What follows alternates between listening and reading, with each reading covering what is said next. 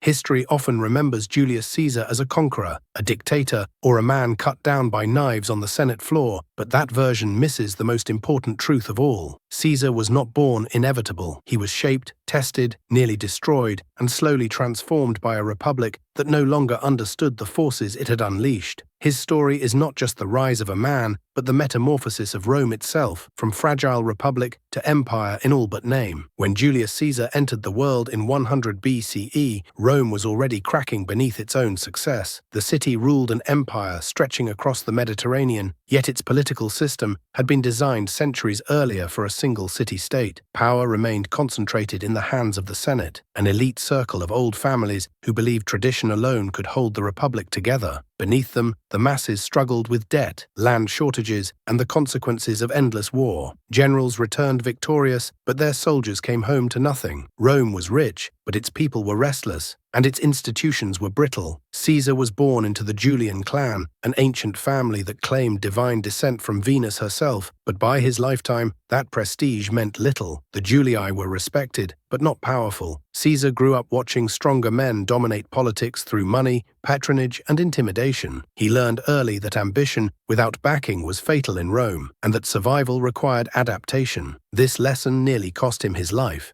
As a young man, Caesar aligned himself with the populist faction, enemies of the conservative Senate elite. When the dictator Sulla seized power, he ordered Caesar to divorce his wife, who was politically inconvenient. Caesar refused. It was an act of quiet defiance, and it marked him as a threat. Sulla stripped him of his titles, his inheritance, and very nearly his life. Caesar fled Rome, hunted by men who could kill him without consequence. Many assumed his story would end there, another casualty of Roman politics. Instead, Caesar endured. During his exile, Caesar experienced the raw edge of the Roman world. He served in military campaigns, earning praise for bravery. He was captured by pirates who mocked him when he told them Rome would pay dearly for his ransom. After his release, Caesar raised a small force, hunted the pirates down, and crucified them himself. It was an early glimpse of the man he would become, audacious, patient, and utterly convinced of his own destiny. When Sulla died, Caesar returned to Rome, not as a conqueror, but as a survivor. He rebuilt his career slowly, mastering rhetoric, cultivating allies, and spending vast sums to win popular support. He understood something the Senate did not. Rome was changing. The people no longer trusted tradition to protect them. They wanted champions. Caesar became one of those champions. As consul, he bypassed the Senate, appealing directly to the masses. He formed an uneasy alliance with two of Rome's most powerful men, Pompey the Great and Marcus Crassus, creating the first triumvirate. It was not an official institution, but it didn't need to be. Together, they controlled armies, wealth, and political offices. The Republic still existed on paper, but real power was already slipping into the hands of individuals. Then came Gaul. When Caesar took command of Roman forces in what is now France and Belgium, few in Rome expected much. Instead, Caesar embarked on a brutal, brilliant campaign that would last nearly a decade. He crushed tribes, crossed rivers thought impassable, and even led Roman legions into Britain, a land that existed more in myth than reality. He didn't just fight wars, he wrote about them,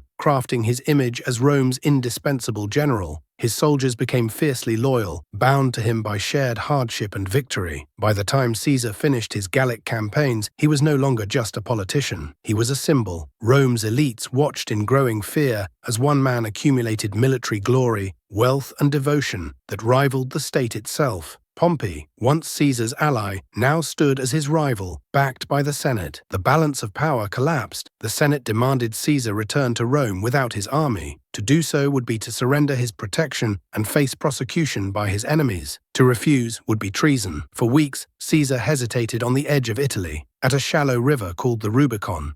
When Caesar finally crossed the Rubicon, he is said to have spoken words that echoed through history. The die is cast. In that moment, Julius Caesar transformed from a servant of the Republic into its greatest challenger. Civil war followed, swift and devastating. Caesar defeated Pompey, chased him across the Mediterranean, and emerged victorious. Rome did not cheer the end of the war, but it accepted the outcome. There was no one left who could oppose him. Caesar returned to Rome as dictator, not in name alone, but in reality. Yet his rule was not the tyranny many had feared. He enacted reforms, expanded citizenship, stabilized debts, and restructured the calendar itself. He spoke of mercy, pardoning former enemies, believing reconciliation would heal the state. But his power unsettled Rome's elite. Kings had been expelled centuries earlier. Dictators were meant to be temporary. Caesar blurred every boundary. Statues depicted him as a god. Crowds hailed him as king. Whether Caesar wanted a crown or simply accepted the adoration remains debated, but perception mattered more than intent. To many senators, Caesar's transformation was complete. He was no longer a man. He was a threat to Rome's identity. On the Ides of March, 44 BCE, the conspirators struck. They claimed they killed Caesar to save the Republic. Instead, they revealed how little of it remained. Rome did not rally behind the Senate. It wept for Caesar. Civil war returned, bloodier than before. Within a generation, Caesar's adopted heir, Augustus, would rule as Rome's first emperor. The Republic was dead, not because Caesar crossed the Rubicon, but because Rome had already crossed it long before. Julius Caesar's transformation was not a sudden rise to power, but a slow evolution shaped by fear, ambition, loyalty, and collapse. He did not destroy the Republic alone. He exposed its weaknesses, exploited its failures, and forced Rome to confront what it had become. His life marked the end of one world and the beginning of another, and long after the knives fell silent, the echoes of Caesar's decisions would shape empires, politics, and power itself for the next 500 years. If you enjoy cinematic stories like this that uncover the human drama behind history's greatest turning points, subscribe for more forgotten chapters of the past, and join us as we continue to explore the moments that changed the world. From the streets of Rome to the battlefields of Gaul, Caesar's life reminds us that history is not written by inevitability, but by choices, risks, and the courage to stand when everything is at stake. Every step of Caesar's journey shows the tension between duty and ambition, between survival and destiny. Even today, the story echoes, reminding us that power is both a gift and a responsibility. Rome did not fall because of one man. It fell because it was fragile, because it had lost its balance. And yet, out of that collapse, something enduring was born. Caesar's reforms, his vision, and his courage set the stage for centuries of empire and influence. He became a symbol, not just of Rome, but of ambition tempered by strategy, audacity guided by foresight. And for those who study history, Caesar reminds us that greatness is rarely inherited. It is forged in fire. Every victory, every setback, every betrayal shaped him, and in turn, shaped the world he lived in. And as Rome transformed, so too did its people, its institutions, and its story. Caesar's life is a mirror, showing the interplay of power, destiny, and the choices that define us. And long after the Ides of March, long after the battles and betrayals, the echoes remain. They remind us that history is alive, shaped not by fate alone, but by the courage, ambition, and vision of those who dare to act.